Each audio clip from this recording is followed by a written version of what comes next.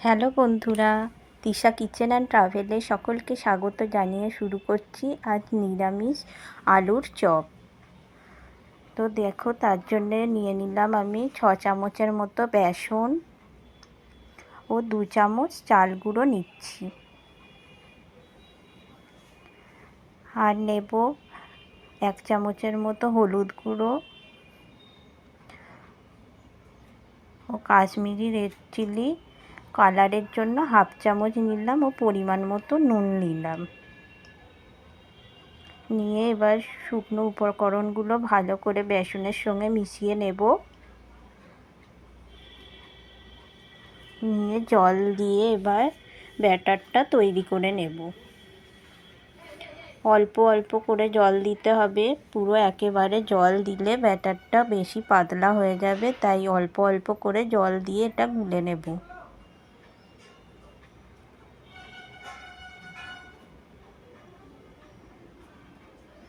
দেখো, আমি অল্প অল্প করে জল দিয়ে ব্যাটারটা গুলে নিচ্ছি। দেখো, আমার ব্যাটারটা ভালোভাবে গোলা হয়ে গেছে। এটাকে ভালো করে ফেটাতে হবে, তাতে চপগুলো ভালো মচমচে হবে।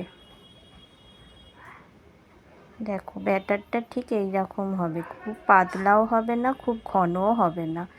ব্যাটারের টেক্সচারটা ঠিক এই রকম হবে। আমি দুটো বড় সাইজের আলুকে সেদ্ধ করে নিয়েছি। এবার আলুগুলোকে ভালো করে ম্যাশ করে নেব। দেখো, আমি একটা চামচের সাহায্যে চেপে চেপে ম্যাশ করছি।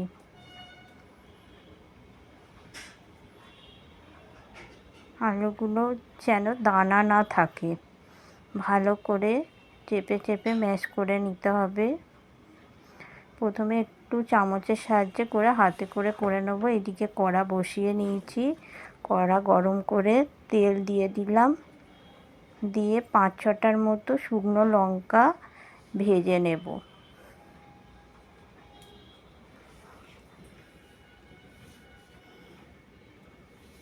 শুকনো লঙ্কাগুলো গন্ধ বেরোলে পর্যন্ত আমি নাড়তে থাকবো।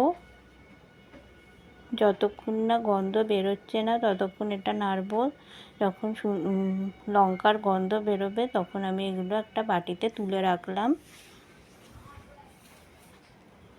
এদিকে ওই তেলটাতেই আমি একটু আদা বাটা দিয়ে দিলাম 4 চামচের মতো। দিয়ে ভালো করে তেলের সঙ্গে নাড়তে থাকবো যতক্ষণ না কাঁচা গন্ধটা যাচ্ছে।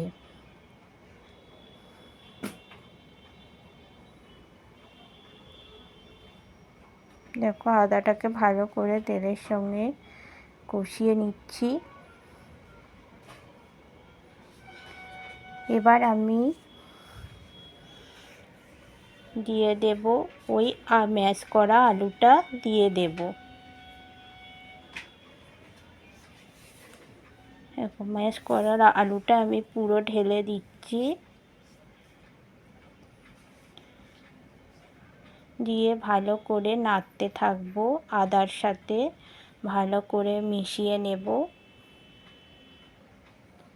এই সময় আমি 4টের মতো কাঁচা লঙ্কা কুচিয়ে রেখেছিলাম, সেটাও দিয়ে দিলাম। যে যেরকম পরিমাণে ঝাল খায় সে সেই রকম পরিমাণে ঝাল ব্যবহার করবে। এবার পরিমাণ মতো নুন দিয়ে দিলাম, 1 চামচের মতো হলুদ গুঁড়ো দিয়ে দিলাম।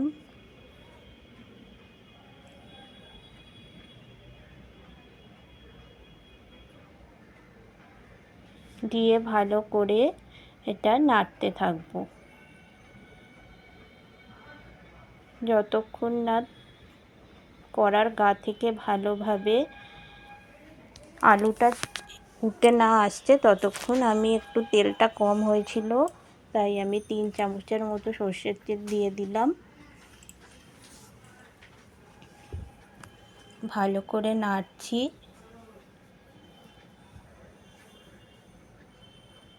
দেখো কড়ার গা থেকে যতক্ষণ আলুটা ভালোভাবে উঠে না আসছে ততক্ষণ আমি এটাকে নাড়তেই থাকবো।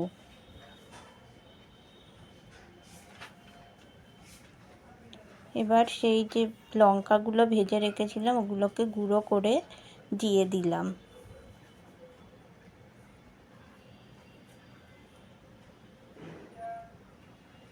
দিয়ে মিশিয়ে নেব আলুর সাথে।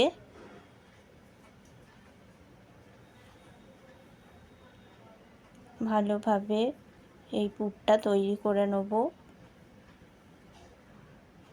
এবার শেষে আমি দিয়ে দেবো 1 চামচের মতো ভাজা মশলা, দিয়ে ভালো করে নেড়ে চেড়ে পুরটা বানিয়ে নেব।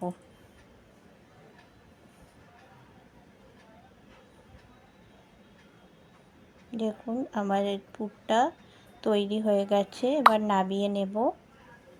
নিয়ে ঠান্ডা করে নিয়েছি, করে এবার গোল গোল করতে হবে।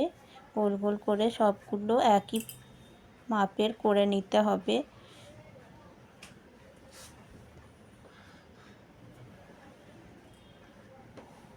করে তারপর এগুলো চেপটে দিয়ে দিচ্ছি।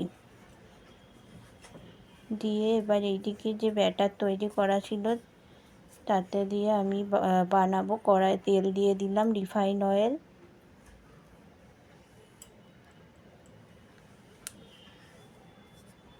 দিয়ে দেখুন আমি আলুর পুরটা দিয়ে বেসনের ব্যাটারে দিয়ে আমি এটা তেল গরম হয়ে গেছে, আমি একে একে সব ছেড়ে দেবো চপগুলো।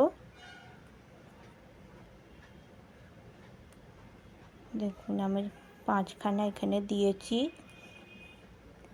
তাই কতটা ফুলে ফুলে এসেছে। এই পর্যায়ে আমি উল্টে দেব। ভালো করে লাল লাল করে ভেজে নিতে হবে। দেখুন অনেকটা লাল হয়েছে, এখনও আরও ভালো করে লাল করতে হবে।